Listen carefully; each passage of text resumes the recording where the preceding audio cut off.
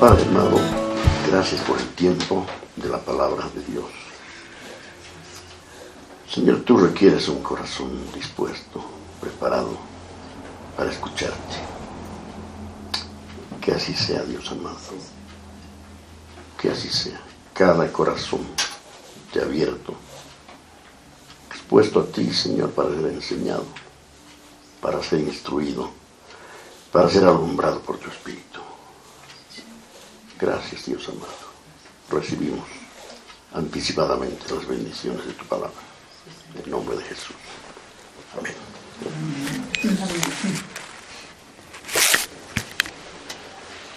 Entonces, Mateo 5, 21 al 26. Oísteis que fue dicho a los antiguos: no matarás, y cualquiera que matare será culpable de juicio. Pero yo os digo que cualquiera que se enoje contra su hermano será culpable de juicio. Y cualquiera que diga necio a su hermano será culpable ante el concilio. Y cualquiera que le diga fatuo quedará expuesto al infierno de fuego. Por tanto, si traes tu ofrenda al altar y allí te acuerdas de que tu hermano tiene algo contra ti, deja allí tu ofrenda delante del altar y anda, reconcíliate primero con tu hermano y entonces ven y presenta tu ofrenda. Ponte de acuerdo con tu adversario pronto, entre tanto que estás con él en el camino. No sea que el adversario te entregue al juez y el juez al alguacil y seas echado en la cárcel. De cierto te digo que no saldrás de allí hasta que pagues el último cuadrante.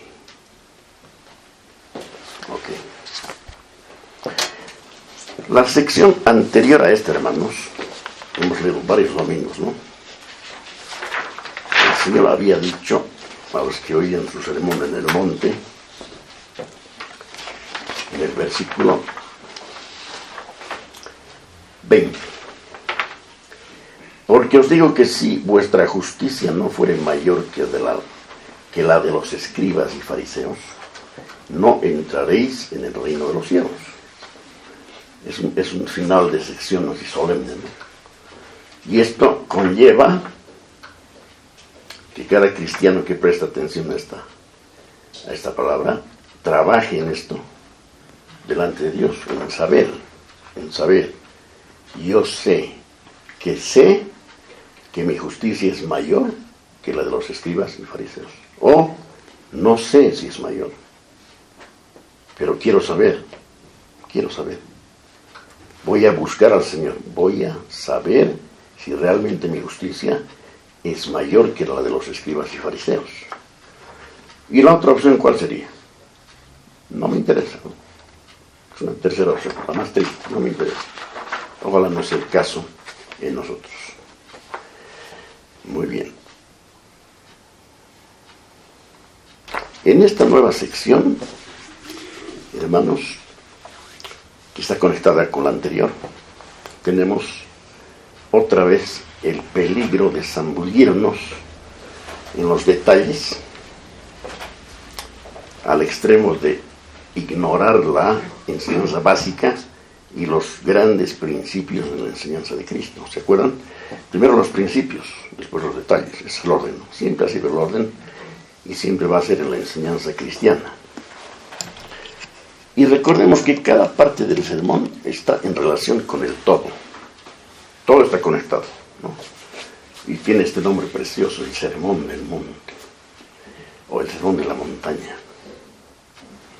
Tremendo sermón, bajo ataque, hermanos, porque muchos evangélicos dicen: esto no es para nosotros, este es el viejo pacto. Ese es un error.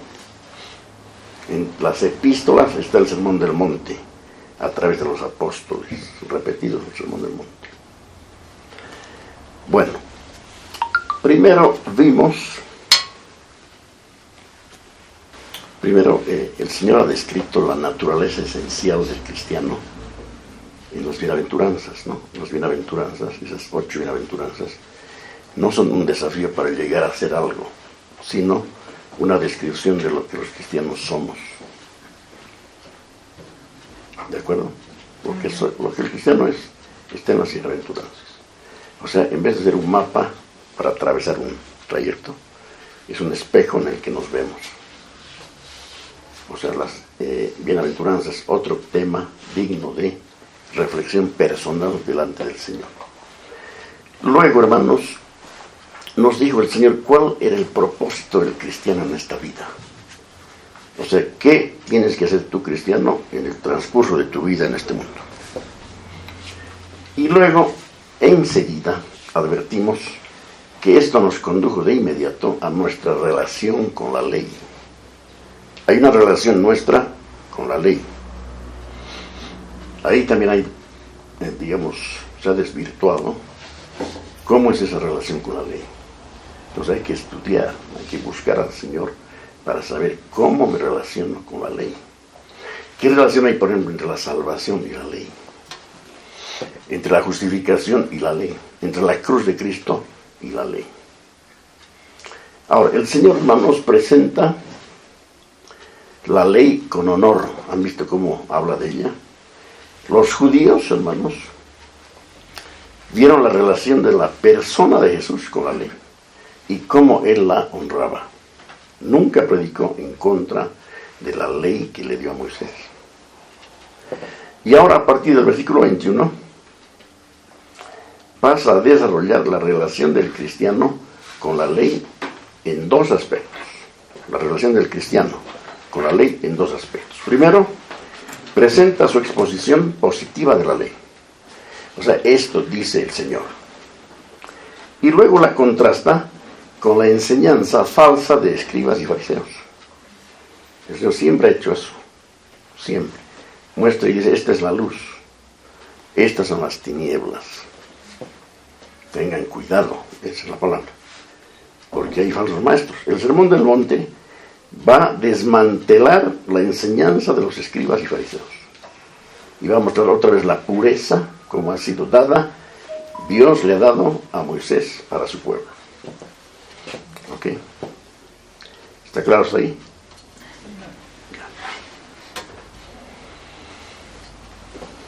Podemos afirmar que en un sentido este sermón, a partir del versículo 21 hasta el 7:27, miren, del 5:21 al 7:27 hay 89 versículos. A ver, vean en sus Biblias. Por favor, una vista panorámica del 5:21 al 7:27. Van a ver que es un sermón amplio. Claro, aquí estamos empezando del 21. Con la sección anterior más, miren qué grandes. Tienen que tener su Biblia en papel, hermanos. Por eso dejaba mucho la instrucción, para que veamos panorámicamente. ¿Qué es este sermón sino una elaboración de esa proposición fundamental de que nuestra justicia debe ser mayor a la de los escribas y fariseos, si pretendemos en verdad ser ciudadanos del reino de los cielos? Hermanos, esto es muy serio, muy serio. Porque si uno no es ciudadano del reino de los cielos, ¿de dónde es ciudadano? ¿Alguna idea? Es muy serio esto, hermanos, muy serio. Entonces con esta palabra hay que temblar. Como dijo Isaías, hay que temblar. Dios mira al que tiembla a su palabra. Ahora, el Señor hace esto, hermanos, demostrarnos en este sermón que nuestra justicia debe ser superior a la de esos falsos maestros, y lo hace de una forma muy llamativa. Vamos a ver, desde el 5:21 hasta el final del capítulo. A ver, vean sus Biblias, del 5:21 hasta el 5:48, ¿no? 43. 48. Formula la pureza de su ley, la pureza, tal como Dios le entregó a Moisés para el pueblo, y la confronta inmediatamente contra la falsa enseñanza de los escribas y fariseos. Este es el tema, hermanos. Hoy día tenemos exactamente el mismo panorama. La palabra de Dios tal como está en la Escritura y la falsa predicación que abunda en nuestros días. Están las dos cosas. Tenemos que tener la claridad que esto es del Señor y esto no es del Señor. ¿Cómo se hace eso? Sino con discernimiento. ¿Cómo discernimos? Por la Escritura y el Espíritu Santo. El Espíritu Santo es el autor de la Escritura. No se puede separar al Espíritu Santo de su palabra. La palabra no se puede tomar como una cosa solamente intelectual. Tiene que haber la operación del Espíritu Santo. Esta sección la he dividido en dos porque es larga, pero cada elemento es sumamente importante. ¿Ya? Muy bien. Vean panorámicamente el capítulo 6, por favor. Todo el capítulo 6. Del 1 al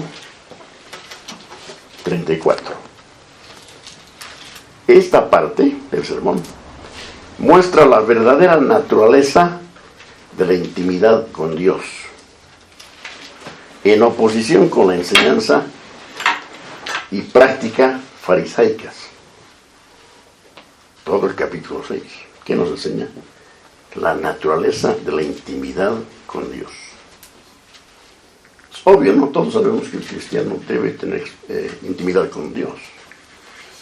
Si no la tiene, es una contradicción. Lo normal es una intimidad con Dios, ¿no? Ok. Luego en el capítulo 7, por favor vean, bastante amplio también, el Señor señala a la verdadera justicia en cuanto se ve a sí misma y a los demás. De nuevo, en contraste con lo que escribas y fariseos enseñaban y practicaban. ¿Qué va a hacer aquí el Señor? Verdadera justicia. Cada capítulo, hermano, es hermoso, completo. Entonces, la enseñanza que debemos tratar de tener presente es esta. Ahora, en la sección de hoy, otra vez 5, capítulo 5, 21 al 48. Vamos a ver unos cuantos versículos. Nuestro Señor se ocupa de explicar el sentido genuino de la ley. Eso es, el sentido genuino de la ley. O sea, ¿qué quiere decir la ley? Porque lo que han hecho escribas y fariseos es decir, por si acaso, pueblo, judíos, esto significa. Jesús sube al monte para decir, no, eso no significa. Lo que significa genuinamente la ley, yo les voy a decir ahora. Es la posición de Cristo. El Señor, hermanos, no tenía miedo a nada, ¿no? Se enfrentó a esa jauría terrible. Luego, el Señor utiliza una serie de 6 afirmaciones concretas y precisas que deberíamos examinar con mucho cuidado. Veamos. Miren qué afirmaciones son. Y voy a leer de ellas solamente la primera parte. 5:21, a ver, fíjense. 5:21 completa dice: oísteis que fue dicho a los antiguos, no matarás, y cualquiera que mate será culpable de juicio. O sea, el asesino ha de ser juzgado. Eso ya está en el Génesis, por ejemplo. Primera mención de la pena de muerte en la Biblia, Génesis 9:6. El que derrame sangre, su sangre debe ser derramada. Pena de muerte está en la voluntad de Dios. El versículo 27, hermanos, vean. Oísteis que fue dicho, no cometerás adulterio. Esa parte nada más. No cometerás, ¿qué? Adulterio. Vamos al 31. Y en el versículo 31 dice el Señor, también fue dicho. Notemos que cada introducción es, fue dicho, también fue dicho. Oísteis que fue dicho. Cualquiera que repudie a su mujer, dele carta de divorcio. ¿Ok? Versículo 33. Además, habéis oído que fue dicho. Por favor, notemos eso, ¿no? Jesús les dice, habéis oído que fue dicho. ¿Ok? ¿Entienden? A los antiguos. No perjurarás, sino cumplirás al Señor tus juramentos. Es la 38. Esa es la 34, 33. 38. Miren la 38, hermanos. Oísteis que fue dicho, ojo por ojo y diente por diente.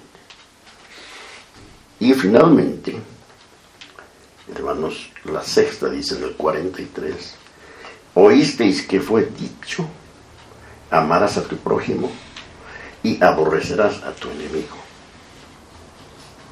¿Ok? Ahora, notemos una cosa fundamental. Después desarrolla cada una, ¿no? El Señor va a desarrollar todas. Pero por el momento veamos esto nomás, el planteamiento que tiene el título de oísteis que fue dicho a los antiguos. Tenemos que ubicarnos en ese escenario un momento. Tenemos que imaginar que el Señor sube al monte. Están sus discípulos, la multitud llega y empieza a hablar. Y dice en esta sección, oísteis que fue dicho a los antiguos. ¿Qué quiere decir eso? Oísteis que fue dicho a los antiguos. Quiere decir que los escribas y fariseos, antes del sermón del monte, han dicho, judíos, pueblo de Dios, esto fue dicho a los antiguos. Pero ellos no tenían cómo comprobar. ¿Cómo iban a comprobar eso? No tenían Biblia, los judíos. O sea, no tenían a mano los manuscritos. Antes de ver estas afirmaciones por separado, vamos a estudiarlas en su conjunto.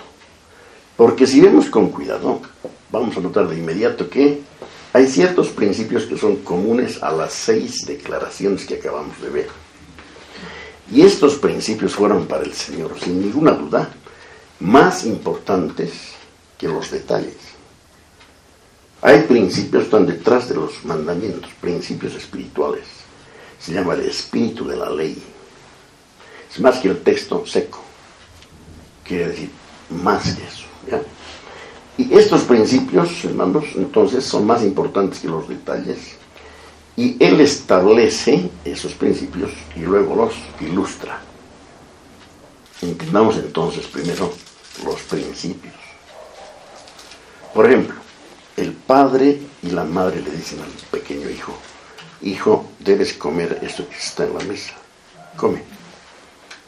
Ahora, el niño puede percibir ese mandamiento como algo concreto, comer.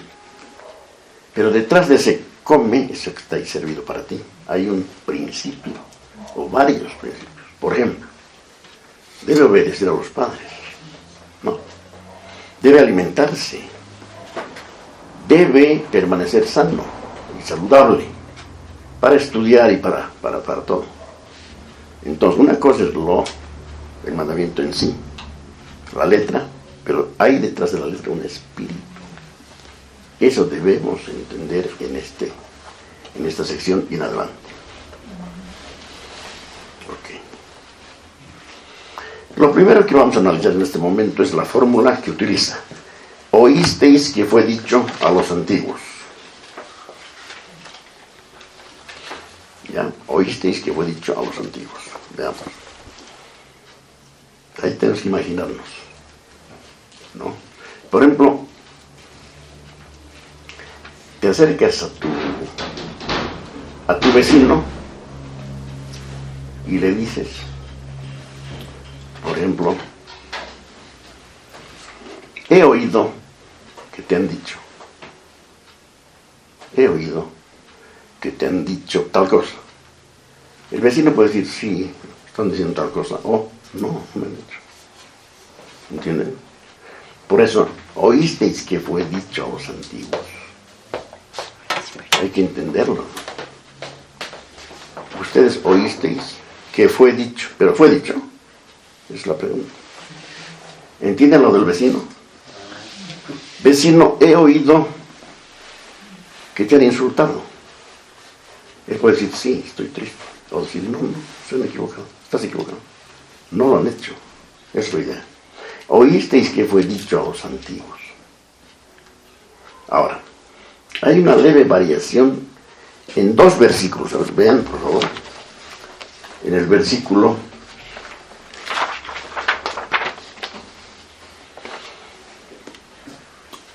oísteis que fue dicho es el primero, oísteis que fue dicho es el segundo, en el tercero es también fue dicho. En el 33 dice, además habéis oído que fue dicho. Hay una variación, ¿no?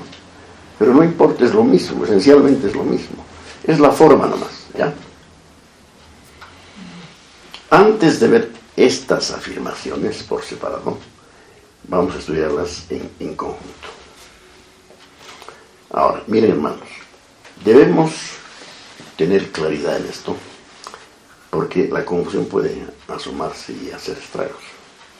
Algunas traducciones, y he buscado en todo el Eastword, y hay 2 que he encontrado, la Reina Valera Gómez y la King James Version, dicen hermanos, oísteis que fue dicho por los antiguos. Entonces ahora tenemos un problemita que ni siquiera han podido resolver los expertos lingüistas. Pero por lo menos estas 2 versiones, que parecen las más exactas, dicen, oísteis que fue dicho por los antiguos. Y la gran mayoría de las otras dice, oísteis que fue dicho a los antiguos. ¿Qué hacemos? Problemas, ¿no? Ya. Pero ahí hay solución. Hay solución, ¿no? No es fácil decir, al menos leyendo en español, por ejemplo, si tenemos las 2 Biblias, si en realidad es por o es a. Por o a. ¿Cuál es mejor? Y la división ahí está entre los lingüistas, pero vamos a dar un paso. A ver, ¿se refiere simplemente a la ley de Moisés o a la enseñanza de los escribas y fariseos? Oísteis que fue dicho a los antiguos. Alguien les ha dicho a los antiguos. Oísteis que fue dicho por los antiguos. Los antiguos no han hablado. Ahí está el problema, hermanos. Los que afirman que debe leerse a los antiguos, o sea, oísteis que fue dicho a los antiguos, obviamente deben decir que se refiere a la ley de Moisés, dada a los antepasados. Mientras que los que prefieren el por, habéis oído que fue dicho por los antiguos, dirían que se refiere a lo que enseñaban como los escribas y fariseos, es decir, con su propia interpretación. ¿Ahí está bien? Más que nunca les digo, hermanos, que este texto, ahora es de 8 páginas, que lo lean y lo estudien para el jueves. Hay que estudiar. Bueno, vamos a adoptar el segundo y miren lo que tenemos. Lo que el Señor hace en realidad en este pasaje es mostrar la verdadera enseñanza de la ley frente a las exigencias falsas de los escribas y fariseos.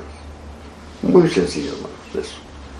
¿Saben? Pueblo, no es lo que les han dicho, es esto. Y después enseña. Siempre citaban a los antepasados. Por ejemplo, una de las grandes características de la enseñanza de estos falsos maestros es hablar de los del pasado, ¿no? Le daba mucha importancia a la tradición. ¿Qué dijeron los del pasado? Ahora es igual, ¿han visto? ¿Qué dijo fulano de tal? ¿Qué dijo sutano en el siglo tantos? Siempre ha habido eso, y con ellos también. Entonces citar a los antepasados era vital para ellos. Y esto es lo que hacía escriba al escriba, pues, tener fundamentos en el antepasado, uno de sus preferidos, ¿no? Era una autoridad respecto a lo que los antepasados habían dicho. Entonces vamos a interpretar los versículos de esta forma. Las palabras que emplea nuestro Señor más o menos solucionan la duda. Dice, oísteis que fue dicho por los antiguos. No dice, oísteis, no dice, habéis leído la ley de Moisés. Habéis leído en la ley de Moisés.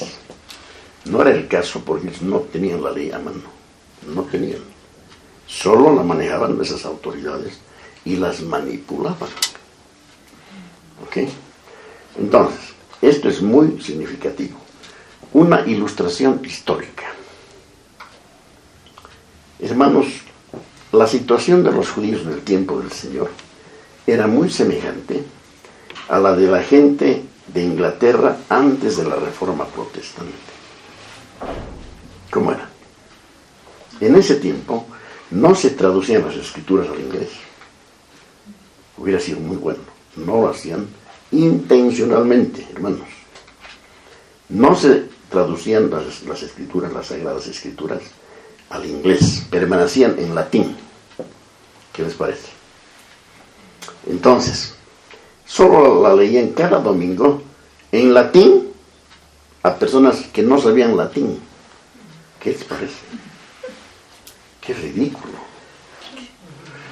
Yo me acuerdo que algunos curas cantaban unos cánticos raros, como lenguas, ¿no? Y de espaldas al pueblo.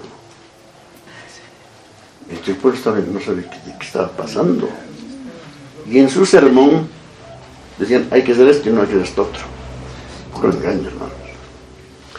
Entonces, para conocer la Biblia, la gente dependía por completo de los maestros. ¿Qué dicen los maestros? Vamos a los maestros, porque no podían decir vamos a la escritura, porque no la tenían, hermanos. ¿No? Y si hubieran tenido acceso, se chocaban con una lengua que no conocían o que se habían olvidado. Entonces no podían comprobar lo que oían. Lo que la Reforma Protestante hizo, en un sentido, es poner la Biblia en manos del pueblo. Es una gran victoria esa. ¿Se imaginan poner la Biblia en manos del pueblo, hermanos, para que el pueblo pueda leerla por sí mismo? Ya es un gran logro, ¿no? Entonces ya podían comprobar, si la leían, podían comprobar sobre lo que les decían los maestros, a ver, ¿corresponde o no corresponde con la escritura? Pero ya tenían pues la Biblia. Ahora, ¿qué ventaja tiene tener la Biblia a mano? Que puede o no leerla, pues. No significa que el que la tiene la lee, tristemente. No es así. Mucha gente no lee la Biblia y tiene su Biblia en casa. Estoy hablando de los evangélicos. No leen, hermanos. Al menos estoy hablando de leer consistentemente semejante libro de Dios para nuestro caminar cristiano. No leen. Entonces los judíos, hermanos, estaban en esa situación.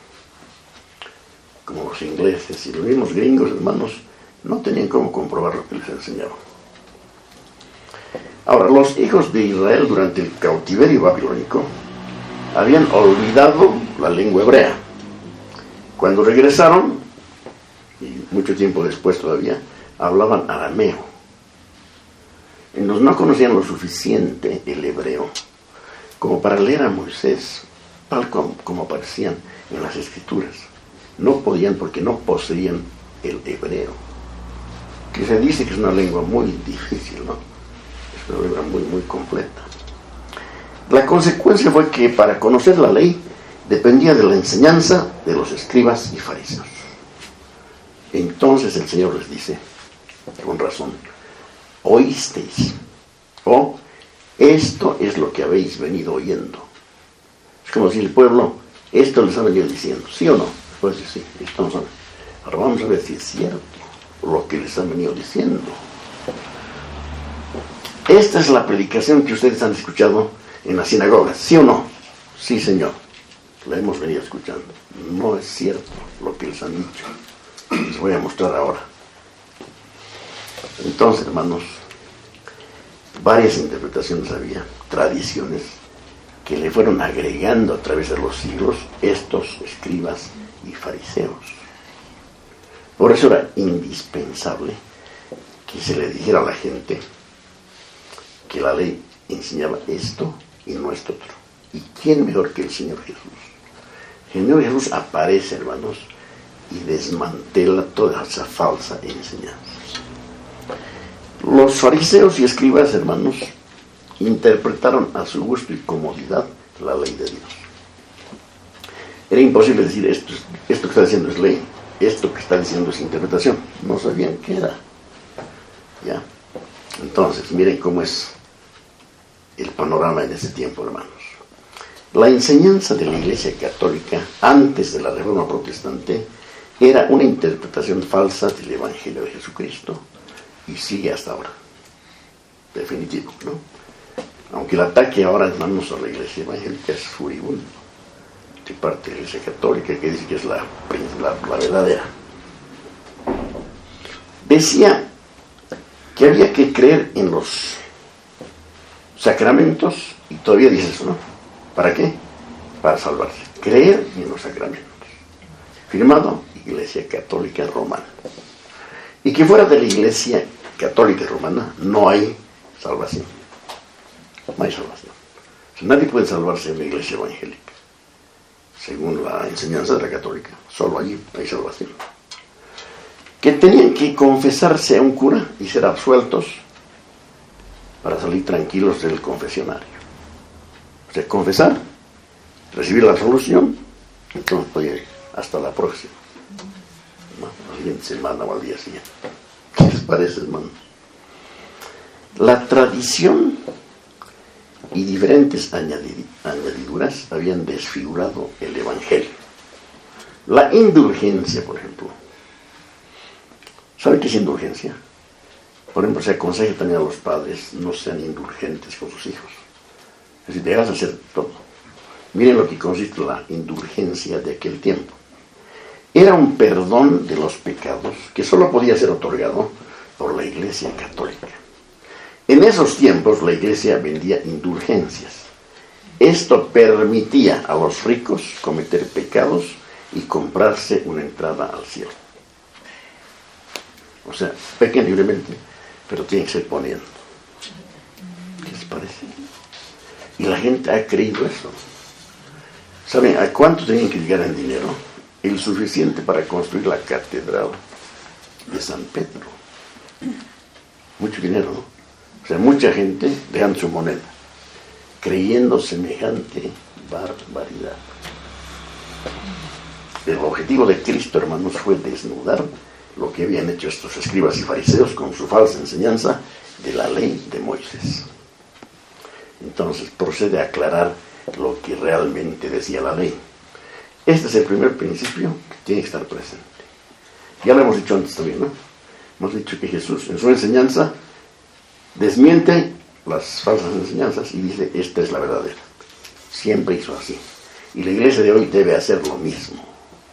Debe decir, esto que están enseñando aquí, esta enseñanza no es de Dios por esto y por esto. Muy bien. Luego vamos a examinar, hermanos, esta otra afirmación que es magnífica. Pero yo os digo.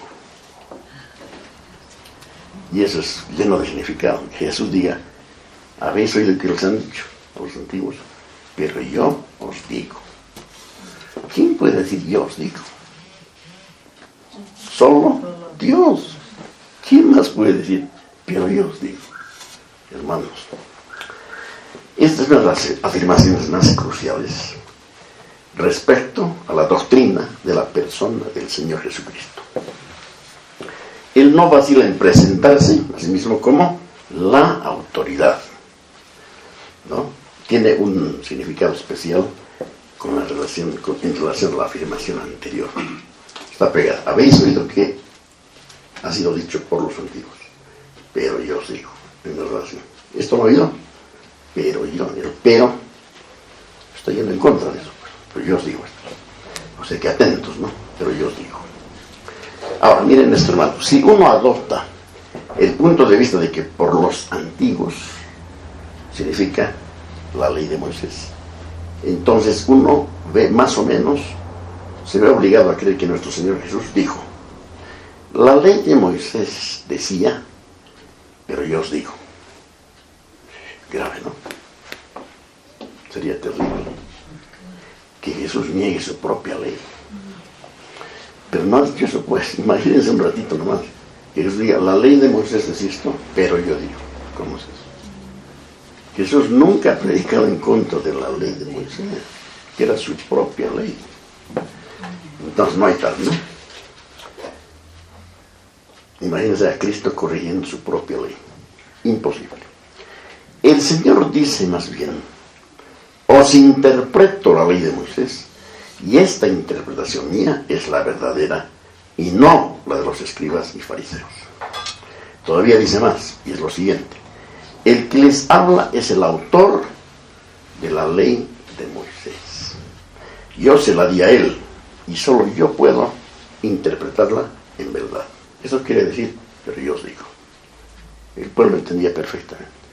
Por eso la gente decía, ¿quién es este que dice eso? Especialmente las autoridades. ¿Con qué autoridad es esto? ¿No? ¿Se acuerdan? ¿Con qué autoridad es esto? Yo les voy a decir, si ustedes me dicen con qué autoridad es esto otro. El Señor no duda ni un momento en atribuirse una autoridad única, que en realidad es suya eternamente, ¿no? Él habla como Dios, pues. Considera la ley de Moisés como algo de lo cual no pasará ni siquiera una jota ni una tilde, y no vacilan a afirmar, pero yo os digo, se arroga la autoridad de Dios, y esto obviamente es lo que se dice de él en los 4 evangelios y en todo el Nuevo Testamento. Esto dice del Señor Jesucristo. Entonces es vital entender de qué autoridad nos llegan estas palabras. Pero yo os digo, ¿de quién viene esto? No de un maestro más, no de un simple comentarista aficionado de la ley, ni de otro escriba fariseo, ni tampoco de un cierto profeta. Era infinitamente más que eso. Era el Hijo de Dios encarnado, hablando a los hombres. Era, hermanos, una palabra autoritativa. Todo lo que tenemos en el Sermón del Monte debe aceptarse como procedente del Hijo de Dios, Rey y Señor de su universo. Okay. Ahora yo digo una cosita, hermanos. Sabemos que el que habla es el Rey del universo. Este libro es de él. ¿Sí? A ver, ¿cuánto de profundidad tiene esto en nuestros corazones? Porque si tiene algo de profundidad, por lo menos, y ojalá vaya creciendo, entonces, hermanos, yo les dedico más tiempo a esto que a otra cosa. Si es así, ¿no? Entonces, hermanos, nos hallamos frente a este hecho estupendo de que el Hijo de Dios ha estado entre nosotros. Y aunque vino en semejanza de carne de pecado, hermanos, habla con autoridad divina. Yo y el Padre uno somos. Cada una de sus palabras es de una importancia crucial para nosotros. Qué importante es prestarle la máxima atención. Qué importante. No solo en esta exposición de ahora, ¿no? Sino en casa, personalmente, y con mi familia. Con la familia. Hermanos, un valor que tiene su propio peso es pues el altar familiar. Reunirse como familia, sean 2 o más, ¿no? Ya pueden reunirse y compartir cada día un trozo de la Escritura y orar al Señor, encomendarse a Él. Una pequeña enseñanza, vital para la vida de la iglesia. Si se descuida, hermanos, se habla de un desprecio, ¿no? Es un desprecio. Entonces hay desprecio en todo. Pues, despreciamos al Señor en algo, lo despreciamos en todo. Como dice un dicho, como reza un dicho, si en algún lugar no le sirves a Dios, no le sirves en ninguno. Fuerte, ¿no? Claro, yo le sirvo en todas partes, menos aquí. ¿Cómo es? ¿Por qué no? En todas partes. Si no le sirvo aquí, en realidad no le estoy sirviendo. Entonces, continuamos. Dejemos de lado de una vez por todas la idea de que nuestro Señor vino para dar una nueva ley, un nuevo código ético, moral. No vino a cumplir la ley. Esa ley no puede ser tocada, ni el mismo Señor, porque es de Él, es de Dios. No tiene errores, hermano. Al ver las afirmaciones concretas, veremos que muchos han caído en este error. La afirmación dice no matar. Yo pienso, a ver, ya le pregunta, ¿has matado alguna vez? Yo digo, no. Qué fácil, ¿no? Los hermanos del equipo de los padres del maestro Salen a la calle y una de las preguntas, ¿has matado? Dicen, no. Y lo dicen con una, ¿no? ¿Cómo? ¿Te has enojado alguna vez con alguien? Sí, has matado. Ese es el espíritu de las leyes. Es más que un código moral externo. ¿De acuerdo? Por ejemplo, hay quienes no creen en la divinidad única del Señor Jesucristo, ni en su expiación, ni le dan culto como Señor de gloria, aunque dicen creer en el sermón del monte, porque en él encuentran un código ético para su propia vida y para el mundo. Es otro engaño fatal. No se puede apreciar el sermón del monte y descuidar o ignorar al autor del mismo. ¿De acuerdo? ¿Serio, no? Admirar el sermón del monte, no entenderlo e ignorar a su autor, es una locura absoluta. Por esto los principios son vitales a fin de que veamos que considerar así el sermón del monte es desvirtuar su verdadero propósito. No pretende ser un código ético detallado. El sermón del monte no pretende ser un código ético detallado. Muchos temas están ausentes. ¿Han visto? Toca 6 puntos. Hay muchos temas en la vida, en la moral. Y lo que él va a dar son principios para toda la vida moral. Pero concentrarse en estos 6 puntos y decir esto es todo, y externamente es un engaño. Sería un engaño. Entonces no es una nueva ley. Es probable que muchos en su tiempo lo consideraran así, porque a menudo decía algo como esto: he venido para instaurar un nuevo reino, ¿sí o no? Eso es cierto. Él ha venido a firmar un nuevo pacto, un nuevo reino. Soy el primero, dice el Señor en general, ¿no? Soy el primero de una nueva raza de gente.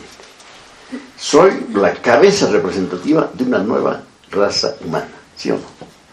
Y él predicaba estas cosas. Era la cabeza de una nueva clase de gente. ¿Quiénes son esos? Los regenerados, o nacidos de nuevo. Entonces, hermanos, veamos algunas ilustraciones de cómo se van a comportar. Esto dice nuestro Señor, y por eso se preocupa, entre comillas, más por los principios que por los ejemplos que ha dado. Si tomamos las ilustraciones y las convertimos en una ley externa, estaríamos actuando como los escribas y fariseos, negando lo que en realidad el Señor quiso decir. Vamos a ver un ejemplo. Juan 5, del 5 al 17. En esta ilustración, hermanos, vamos a ver, en este texto, vamos a ver una ilustración de lo que estoy diciendo hasta el momento. Evangelio de Juan, capítulo 5, del 5 al 17. La historia es conocida. Y empieza en el 5 porque conocemos lo anterior. Y había allí un hombre que hacía 38 años que estaba enfermo. ¿Cuántos? 38. ¿Meses? Años que estaba enfermo. Cuando Jesús lo vio acostado y supo que llevaba ya mucho tiempo así, le dijo: ¿quieres ser sano? Señor, le respondió el enfermo, no tengo quien me meta en el estanque cuando se agite el agua. Y entre tanto que yo voy, otro desciende antes que yo. Jesús le dijo: levántate, toma tu lecho y anda. Y al instante aquel hombre fue sanado y tomó su lecho y anduvo. Y era día de reposo aquel día. Juan, miren lo que le añade: era día de reposo. ¿No? O sea, los que dijeron era día, o sea, los que observaron el milagro en día de reposo, eso ven la ley pues como un código nomás, no en el espíritu. Entonces los judíos dijeron a aquel que había sido sanado: es día de reposo, no te es lícito llevar tu lecho. No te es lícito llevar tu lecho, estaba escrito en la ley de Moisés. Sábado no puedes llevar ninguna carga. ¿Ok? 11. Él les respondió: el que me sanó, él mismo me dijo: toma tu lecho y anda. Entonces le preguntaron, ¿quién es el que te dijo, toma tu lecho y anda? Y el que había sido sanado no sabía quién fuese, porque Jesús se había apartado de la gente que estaba en aquel lugar. Después le halló Jesús en el templo. Miren, Jesús le halló. Y le dijo, mira, has sido sanado. No peques más, para que no te venga alguna cosa peor. El hombre se fue y dio aviso a los judíos que Jesús era el que le había sanado. Algunos ven esto como una especie de traición. Yo no estoy muy seguro, ¿no? Y por esta causa los judíos persiguen a Jesús y procuraron matarle porque hacía estas cosas en el día de reposo. Y Jesús les respondió, mi Padre hasta ahora trabaja y yo trabajo. En otro lugar dice, yo soy Señor del día de reposo. Hermanos, un hombre 38 años paralítico. A ver, pensemos. Jesús lo sana en un ratito. Y en vez de alegrarse y sorprenderse de tan magnífico milagro, se sujetan a un código. En sábado no puedes hacer esto. Pero Jesús trajo un nuevo pacto. Es un pacto maravilloso. El viejo ya no sirve. ¿Qué les parece, hermano? Es característico de la naturaleza humana siempre preferir las cosas desmenuzadas y no los principios para aplicarlos. Por eso ciertas formas de religión siempre tienen éxito. Dice aquí que al hombre natural le gusta, se atiene más a los códigos exactos, ¿no? Si obedecen exactamente un código, les va a ir bien. Eso es lo que piensan. Pero esto no es posible ni el caso del Evangelio. No es posible en absoluto en el reino de Dios. Esa fue en parte la situación de la antigua dispensación. E incluso en el caso de los escribas y fariseos, lo llevaban demasiado lejos. Muy estrictos, pero en un código externo. Por eso no es para nada, hermanos, útil mirar un texto y no encontrar el espíritu de esa ley.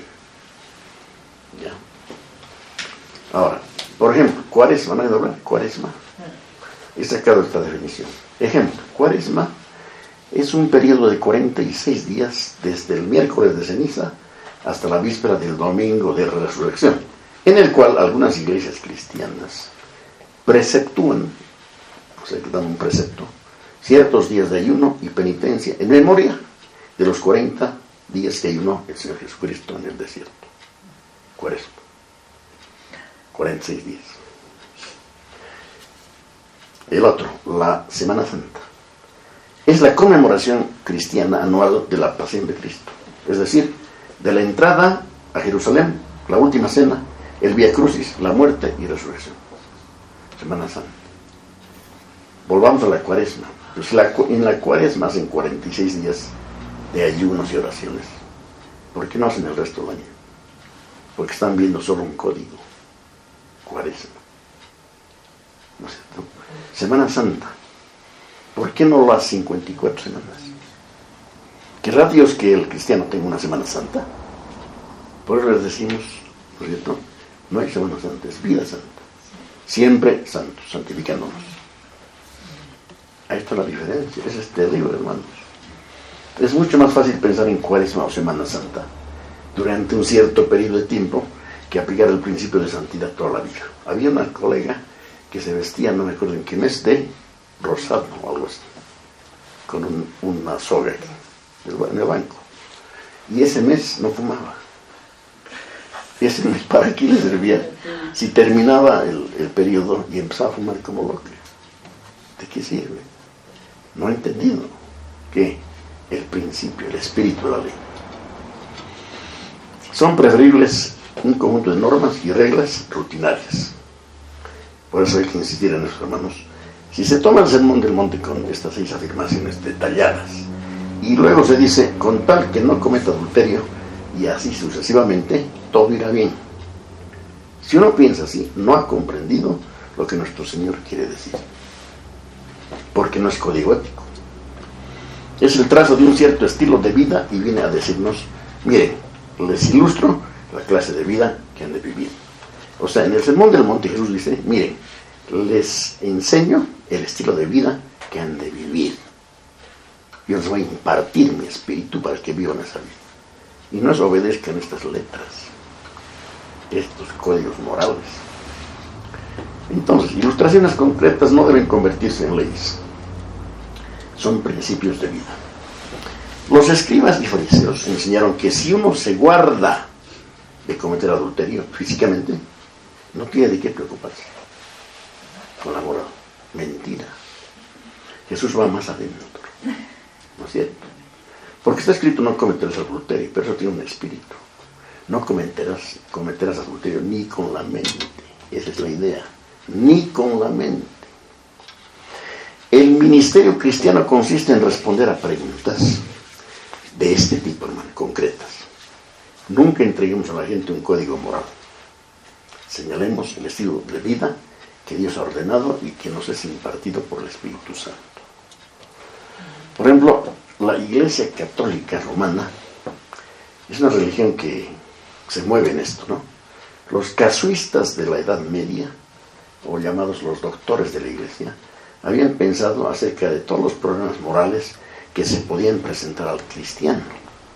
Y habían hallado las soluciones y las habían codificado hasta convertirlas en una serie de reglas. Justo lo que Jesús no hizo.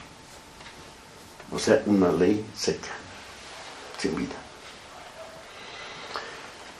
Ante cualquier problema, uno iba al libro y decía, a ver, estoy en este problema, esto es lo que tengo que hacer. Y lo hacía por un tiempo, después volvía a oír. No sirve eso, hermanos. ¿Ya? La respuesta de Dios dice así. El Evangelio de Jesucristo no nos trata así, como a niños. No es otra ley, sino algo que nos da vida. La palabra que Dios manda es vida. Sus mandamientos son vida y para vida. Qué lindo, ¿no? Su enseñanza básica es que se nos da una perspectiva y comprensión nuevas que debemos aplicar a toda nuestra vida. Por eso es esa palabra preciosa, porque Dios es el que en vosotros produce, así el querer como el hacer, por su buena voluntad, o sea, es por su beneplácito, quiere decir. Entonces, el cristiano no percibe reglas, definitivamente, hermanos. Aplica este principio central a cada situación que se le presenta. Recta final. Hay que decir todo esto, hermanos, a fin de poner relieve en este punto. Tenemos que insistir en esto. Si tomamos las 6 afirmaciones de nuestra sección en el Sermón del Monte, y lo hacemos, hermanos, con una fórmula. Oísteis, pero yo os digo. Oísteis, pero yo os digo. Veremos que el principio que utiliza es exactamente el mismo en cada caso. O sea, no hagamos una mirada, Dios dice esto, físicamente, naturalmente, superficialmente. No, Él va más adentro, va al corazón. Sus mandamientos llegan al corazón. Él quiere que yo sea limpio, no solamente en la parte física, sino en mi mente. Quiere mente limpia. Y tiene abundante provisión para eso. La tiene en Cristo, hermanos.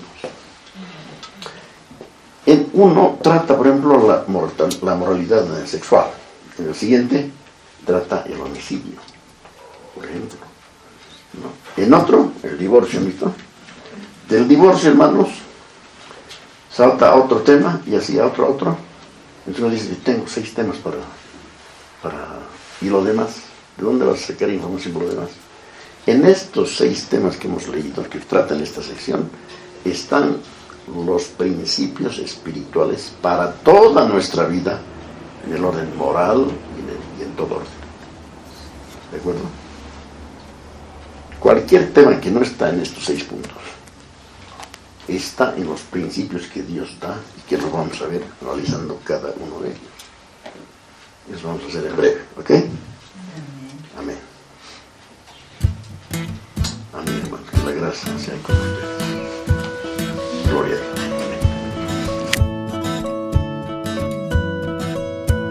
Solo tu palabra firme es la roca fuerte en tempestad. tempestad.